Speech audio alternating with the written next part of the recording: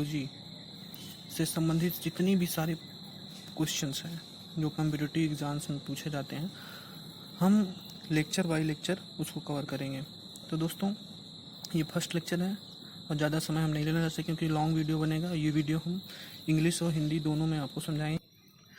तो स्टार्ट करते हैं। सबसे पहला क्वेश्चन, हमारा ब्रह्मांड किससे बना है? तो दोस्तों, हमारा ब्रह्मांड किससे बना है? पदार्थ एवं ऊर्जा से। पदार्थ मतलब मैटर, तो हम पदार्थ एवं ऊर्जा से, मैटर और एनर्जी से मिलके दोस्तों बना है।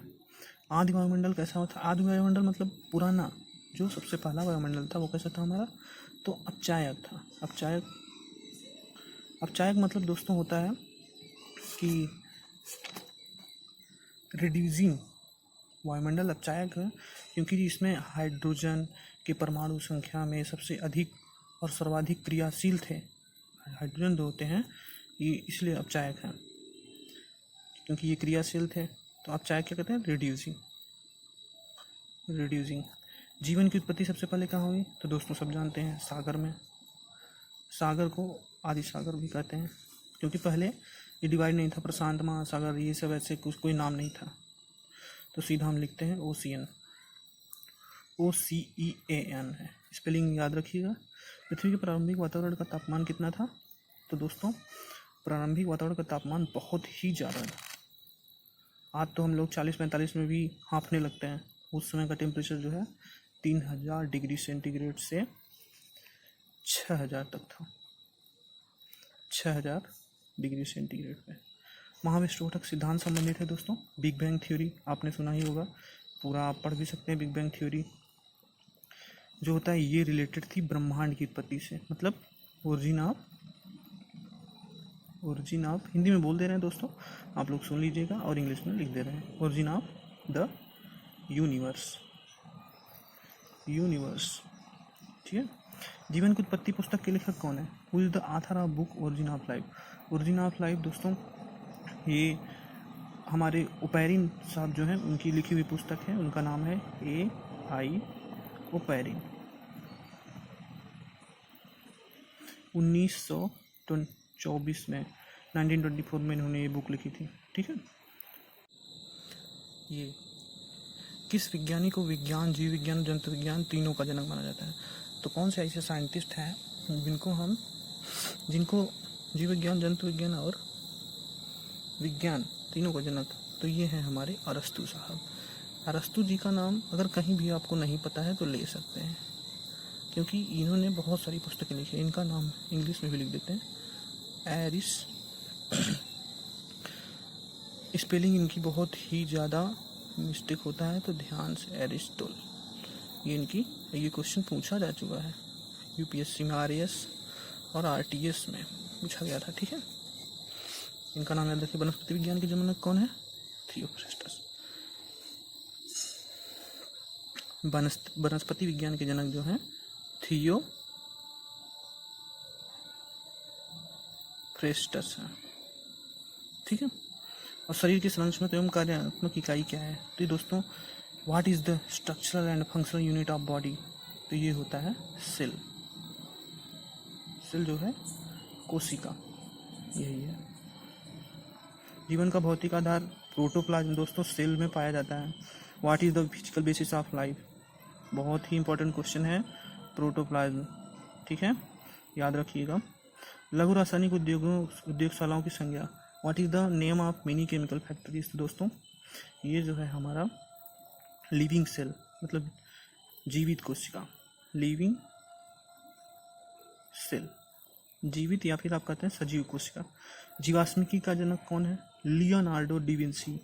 दोस्तों इन लोगों का नाम जो है आप याद रखने योग्य बनाना पड़ेगा क्योंकि याद नहीं हो पाता। लियोनार्डो डी विंसी बहुत ही टफ नाम है, तो आप लोग ध्यान से, ठीक है। और अब अगला क्वेश्चन दोस्तों, कछुआ की जीवन अवधि क्या है? तो हम कछुए की जीवन अवधि जान लीजिए। अब कछुए की जीवन अवधि होती है 200 से 300 वर्ष, 200 से 300 वर्ष। इंग्लिश में दोस्तों नहीं बोल रहे हैं, लिखा है what is the life time of turtle. Video ज़्यादा लॉन्ग हो जाएगा, इसलिए हम 60 में बनाना चाहते हैं, जिससे कि आप लोगों को परेशानी ना हो। पीपल वृक्ष की जीवन अवधि कितनी है? पीपल वृक्ष की जीवन अवधि होती है दोस्तों 200 वर्ष। फाइकस ये जो है इसका नाम है, और रासायनिक नाम मतलब कि बॉटनिकल नेम जो है आप जैसे इसका है फाइकस रिलीगियोसा, गैप कर लीजिएगा, ठीक है। सिकोया वृक्ष की जीवन अवधि क्या है? इसकी सबसे ज़्यादा होती है दोस्तों 800 से 1500 वर्ष होती है, ठीक है। इससे कम होती है साइकस की। साइकस की वृक्ष जो होता है वो 500 से 1000 वर्ष होता है। कौन सा जंतु है जिसमें प्रकाश संश्लेषण की क्रिया संपन्न होती है? तो इसलिए भाई दोस्तों युगलीना ये जो होता है पौधों जंतुओं के बीच की कड़ी मानी जाती है। क्लेमाइडोमोनास भी है, क्लेमाइडोमोनास, ये इसका हिंदी में भी नाम यही है, ठीक है, कंफ्यूज मत होइएगा। कवक की कोशिका भित्ति किसकी बनी? तो दोस्तों काइटिन, हिंदी में भी इसको यही कहेंगे। वर्गी का पिता संज्ञा किसे प्रदान किया गया? क्लासिफिकेशन सिस्टम जो कि 5 किंगडम सिस्टम को दिए थे वर्गी के पिता। 5 किंगडम सिस्टम को ये नहीं दिए थे, 5 किंगडम सिस्टम को नीचे क्वेश्चन वर्गीकरण सबसे अभी आगे क्वेश्चन आएगा, हम बताएंगे उसको, वो विटेकर ने दिया था 5 किंगडम सिस्टम। वर्गीकी का पिता किसे संज्ञा प्रदान किया जाता है? कैरोलस लीनियस को, ठीक है, कैरोलस लीनियस ये वर्गी के पिता है। वर्गीकरण की सबसे छोटी इकाई दोस्तों स्पीसीज,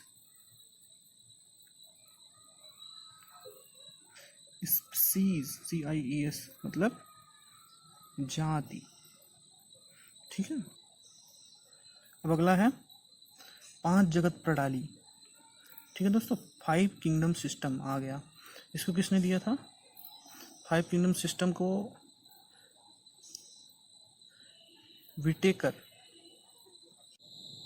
देखिए RH विटेकर 5 किंगडम सिस्टम को, सुजनिकी के जनक, सुजनिकी जो है एक साइंस है, इसके जो है फ्रांसिस गाल्टन है, फ्रांसिस थोड़ा जल्दी है गाल्टन, ठीक है। आधुनिक वनस्पति विज्ञान कौन है? कैरोलस लीनियस,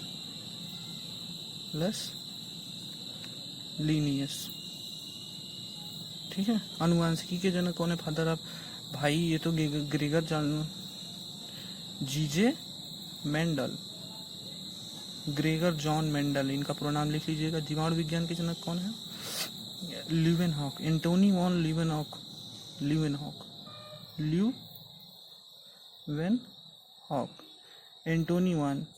एंटोनी वॉन पूरा नाम लिख लीजिएगा दोस्तों, एंटोनी वॉन ल्यूवेनहॉक। सूक्ष्म जीव विज्ञान के माइक्रोबायोलॉजी के जनक कौन है? इनके लुई पास्चर हैं दोस्तों, लुई पास्चर, हाँ। तो ठीक है दोस्तों, इसको लिख लीजिए। भारतीय शैवाल विज्ञान के जनक कौन है? भारतीय शैवाल विज्ञान के जनक जो हैं ये हमारे MOA आयंगर हैं, MOA आयंगर, ठीक है। और उत्परिवर्तन सिद्धांत, म्यूटेशन थ्योरी किसने दी थी? म्यूटेशन थ्योरी दोस्तों ह्यूगो डी व्रीज,